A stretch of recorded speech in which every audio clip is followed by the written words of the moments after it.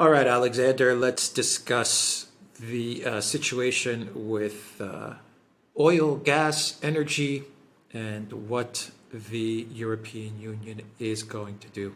It is well past the middle of September. Many places are starting to get cold. Here in the UK, it is pretty cold right now. And it doesn't seem like we have a solution from the European Union as to how they're going to deal with the lack of pipelines. No, exactly not. From Russia to the EU. Yeah. So I mean, what's going on? Because you sent me an article which stated that the US is not going to come to the EU's rescue. No. Despite Robert Habeck, the German economics minister, and perhaps even more prominently Ursula von der Leyen, assuring us in Europe that that's what would happen. We would have this vast armada of LNG tankers that will be steaming to Europe from the US, filling us up with LNG here. And it's not coming. The producers in the United States, the oil and gas producers, have now come out and said straightforwardly, can't be done. We just don't produce enough to make the necessary difference. And on top of that, there is another hideous twist to all of this, because it seems that there's been a little more LNG available over the course of the summer than usual, because there was a slow uptick in buying of LNG by Asian producers, probably related to the lockdowns in China. But it looks as if that period might be coming to an end. So there's a high chance, I'm not saying it's going to happen, but there's a high chance that to the extent that there's any LNG being exported at all, and the United States is short of gas, so a lot of it's going to probably stay in the US itself, but to the extent that there is any LNG available, there might start to be increasing competition for it from Asian producers, who of course have very deep pockets. So we could very well start to see LNG prices rise, all at the same time as prices of pipeline gas are rising because there's so little of it now. And of course, price of oil is probably going to start rising. It's highly expected, widely expected, that it's going to start rising around November, December time, when the drawdown from the US reserves basically runs down, the winter starts to set in, and the EU has to struggle with this massive, bizarre policy they imposed upon themselves of forfeiting imports of Russian oil. So we could very well see a major uptick in oil prices, coming on top of a major uptick in gas prices, coming on top of shortages. And there's increasing numbers of articles now about lockdowns and blackouts in Europe, in Britain, even in countries like Finland, which we'd all thought would be covered for this kind of problem because, they have nuclear power, but it's looking increasingly as if they're going to have blackouts and all those sorts of problems. And I was reading that there's now a real possibility that between a third and 40% of European industry could come off stream. 40% of European industry coming off stream. That is what Viktor Orban said. Yeah, that is what Viktor Orban said during an interview the other day, and then the EU decided to cut 7.5 billion euros from the funds that are rightfully owed to Hungary. So you speak the truth, like Orban, and look what the EU does. But I was going to ask you actually this very exact question. I'm seeing a lot of articles talking about a cold winter in Europe. Recession is on the way. This is what Bloomberg's running articles, it seems, daily now, saying that it is going to be a terrible winter and a terrible recession for the EU member states. I've read articles saying that UK pubs are not going to make it. They're going to be shutting down because they just can't. They can't pay the bills. They can't make it through this. Finland, yes, I think that was Finland. You are right, Alexander. Where Finland, I also think Germany, they're talking about rolling blackouts now. Just accept it, everybody. We're going to have rolling blackouts. Yes. Do you believe these articles? Yes. Do you think that, because there are some people, I mean, I read various analysis and comments and blogs here and there, and there are a lot of people who say, stop panicking, everybody. Let's get back to the real world. This isn't going to happen in Europe. Europe's not going to go down this route. They're going to figure out a way to solve this. They'll get through this winter. It's not all doom and gloom. Pubs will not shut down. We're not going to have rolling blackouts. And if we do, it'll just be for like a week or so. Let's get back to the real world and understand that Europe and the EU is going to be just fine. Yeah, it may be a little bumpy, but it'll make it through this winter. I mean, do you think that we're over-exaggerating? Do you think that Bloomberg and the Financial Times and various analysts are perhaps overstating things? Or do you think that in this instance, they've got it right? I think they probably have got it right. I'm going to give an anecdote, which is I discussed it with you just before we did this program. I had to travel for business reasons out of London over the weekend, and I stayed in a 4-star hotel. This is in a regional place, and not a very expensive hotel, but it's just about got 4 stars.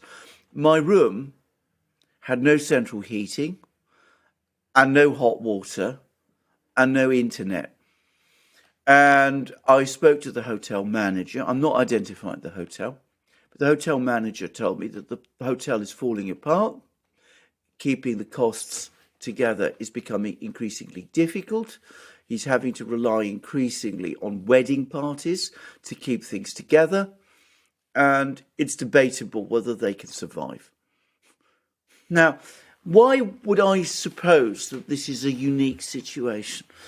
I mean, maybe it is, but maybe I've come to the one hotel in England where, this is the problem. But, why, on the other hand, think so? And then I was reading an article, again in the Financial Times. This is the Financial Times, mind you. And it was written by Martin Wolf, who's one of its major commentators, fiercely anti-Putin, by the way. And he was very critical of Kwasi Kwarteng, the new finance minister, the new chancellor of the Exchequer's policies for trying to deal with the crisis in Britain. He said that Kwarteng is throwing money at the problem. He's going to cut taxes. That's going to create a huge financial deficit at a time when interest rates are rising. That could result in a major loss of confidence by international investors in the British economy. And Wolf, by the way, suggested that the way out of this problem is to take even more radical and extreme and drastic measures of the sort that one would expect to make in a war. So this is Britain should think of itself as being at war and should adjust its economy in that kind of way. Now again, maybe Wolf is exaggerating, maybe he's getting all the facts wrong. But then he is writing for the Financial Times. He's one of their long-standing commentators. So everything that I'm hearing, all the information that I'm getting, points to the same story, that Europe is in a very difficult energy situation, that production is already falling, that problems are already growing, that budgets are already becoming stressed.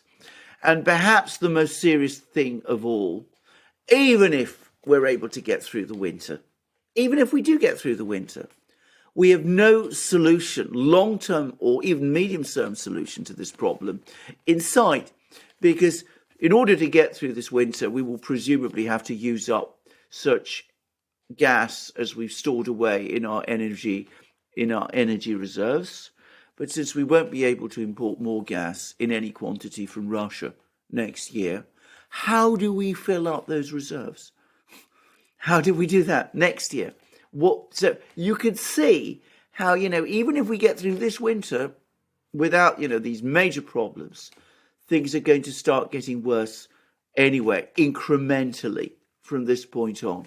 And that isn't even looking at the other big problem, which even Robert Habeck, Germany's own economics minister, a champion of the sanctions policy, has said, which is that because Europe is now going to be importing more expensive energy in place of the cheaper energy it used to get from Russia, it is locking itself in to a position of structural uncompetitiveness.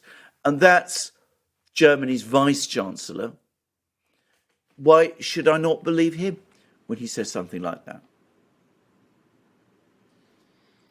Final question. Why doesn't the business communities of all the EU countries just pick a country? It doesn't matter. Why don't they demand that the government roll back, not even all the sanctions, roll back some of the sanctions? Yeah. Why don't they demand this of their government? And not even the big business communities, even the small, medium-sized business communities. Why don't they demand this of their government? How come Bloomberg or the Financial Times or all of these articles that are painting a very gloomy picture for Europe, how come they don't put it in their articles? Put it as the last paragraph. It doesn't matter.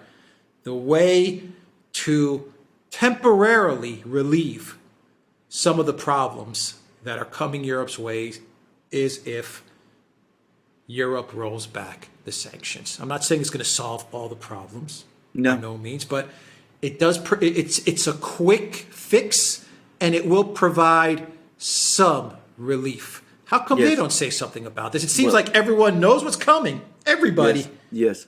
No one's doing anything. No one's warning anybody. We're warning.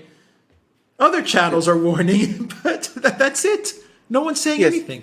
It is absolutely dismaying, and what it shows is a massive collective loss of nerve on the part of European business leaders. They're clearly very, very intimidated and very, very frightened of stepping out of line. They know that the media is absolutely, full on with this sanctions war. They want to see it prosecuted to the last European, basically, to the last pub and small business, and they don't want to. They're scared of coming up against this thing. Now, I mean, it's what makes it particularly extraordinary is that in the run-up to the announcements of the sanctions back in February, we were getting all kinds of comments from the energy sector, because oil and gas companies were being consulted. They all told European and the European governments and the European Commission and the US government, don't impose energy sanctions. Energy is very tight at the moment. We can't replace Russia. We can't do it. It's simply not possible. If we're not going to get Russian gas and we're not going to get Russian oil, it's going to be impossible to do without. So that's what they said. And European governments at that time, and the US government as well, by the way, were all saying, I remember this. I remember, reading, these transcripts of discussions with the anonymous administration official in the White House. They were all saying that they wouldn't actually impose sanctions on Russia's energy sector because they understood its importance for the Western economies. In fact, they were scorning the idea that the Russians would interrupt energy flows because supposedly they depended on them too much. And I remember this anonymous White House official talking about Russia's dependency on Europe for its exports. So they disregarded all of that because they imposed sanctions. They on SWIFT, on Russia. They took the Russian banks off SWIFT. They imposed the sanctions on the central bank. They were expecting that would cause the Russian economy to crater. It didn't crater. So they pushed on and they did these energy sanctions, which they assured European business they would never do. And instead of pushing back and coming back and saying, you told us this wouldn't happen, this is a terrible mistake, you mustn't do this thing. European business sat back and let it happen. And now that the disaster that they all predicted is unfolding, they're not coming back, and they're not saying to the Europeans, look, at least do what you told us back in January and February, that you go back to that position. At least cancel these energy sanctions. Let's have the oil and the gas and the coal so that we can keep our factories going and keep our businesses running and keep our people warm. But they're not doing that either. And the only assumption I can make is that some of them are also swept along by the hysteria about, the Russian ogre, that it's coming to conquer Europe and impose, the Soviet Union on all of us all over again. Maybe some people in the business communities believe that. Or maybe, and I think this is much more likely, they're scared. They're intimidated. They know that if they come out and speak out in that kind of way, they will have furious pieces about them in The Guardian, in Welt, on Deutsche Welle, in the BBC, and they just don't want to face that. They don't want to face the intimidation and the abuse, the kind of thing that Orban, for example, has to put up with. They don't want they say life is too short. If my business fails, well, at least I've preserved my own position and security and that of my children and family. So I'm just not going to risk it. At least I'm not cancelled. Real quick, a final question before I forget. The confiscation of Rosneft in Germany. How does Russia retaliate? Will it include cutting off oil or gas pipelines, perhaps, that traverse Ukraine? Or what do you think might happen there? Because this was a very dumb move by the German government. No, it's an extraordinary move. The last thing they need is to antagonize Russia. Even further than they have already done. And by the way, how does that even address their problems? I mean, how does seizing refineries help if the oil isn't there? The kind of heavy crude that these refineries have to work with. If it's not coming, it's not coming. You can seize these refineries, but they can't refine crude that isn't coming. So, what will the Russians do? Well, that remains to be seen. The Russians have been playing this, I think, extremely cunning game. And I have to repeat again that I'm still very cynical about, Putin's protestations that, all these gas flows have had to stop because turbine problems. I understand the points he's making. I think there's a lot of truth to them. I think what the Russians are doing and will continue to do and will do even further after this seizure is to say, well, of course we're implementing our contracts because we always implement our contracts, but you're making it impossible for us to do so. You won't return to us the pipelines, you won't the turbines, you won't give us the necessary documentation in relation to gas. You're going to make it very difficult for us to continue to send gas through Ukraine. And as for oil, well, you see, the oil problems, they've now been made worse because you've you've seized our refineries, and that's going to make it even more difficult for oil from, say, China or wherever that ultimately comes from us to reach you. They'll find a way. They'll do it in the same subtle way that they've done up to now. But the one thing that the Russians have done is they've played this very cool, very, very calmly, very skillfully, and one way or the other, they will retaliate. What a dumb move by Habeck. I mean, right when you think the guy can't get any dumber, he does stuff like this. Well, can I just say two things about that? Firstly, to my mind, it betrays desperation. I mean, it suggests that he's getting scared. I mean that he's dashing off and seizing refineries in this fashion. I mean, it has been talked about for a while, but suddenly it's announced. Scholz, of course, goes along with it, but he does it. He's also been making some incredible comments about China, which have now resulted in a really ferocious editorial about him in Global Times, which is the Chinese newspaper, which is the English language mouthpiece of the Chinese government. Anyway, what he's basically said is that, Germany now needs to start, dialing down its economic relationship with China. And what Global Times said was, just look who is buying most of your products. You're talking about Audi, Volkswagen, Daimler, and BMW.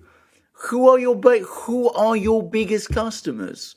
I think the lowest one was BMW, which sells 38% of its products in China. The other two big German car manufacturers, and remember, the German industrial economy revolves around cars. It was well over 40+%, close to 50%. So you want to stop all of that. And China has a big car industry now. It could certainly quickly find alternatives to German cars. But if they do that, I mean, it's going to compound the crisis in Germany even more. But that's how Habeck is talking. And the Chinese said that he's arrogant, out of touch. They didn't quite call him stupid, but you could almost see that word hovering over the Chinese commentator, the editorial writer who wrote that editorial. One man, no, three people are destroying Germany. Three. Yeah. Scholz, Habeck, Brabak. But it's incredible. Well, four, because throw in Ursula as well. Oh, yeah, it's astonishing. Yeah, of course. Yeah. I mean, it's an astonishing. It is astonishing. It is actually incredible that the work that generations have done to build up Germany. That that Adenauer and Ludwig Erhard and Willy Brandt and Helmut Schmidt and Helmut Kohl and all of those people and all those German industrialists, all those people who worked incredibly hard to build up Germany, how it's all being thrown away in this extraordinary fit of madness by three hysterical people and a fool. Three hysterical people, Habeck, Ursula and Baerbock, and a fool. Well, number 4, Scholz. Exactly. Okay, we'll leave it there. The Duran.locals.com, Duran shop, 10% off. Use the code. Good day. Take care.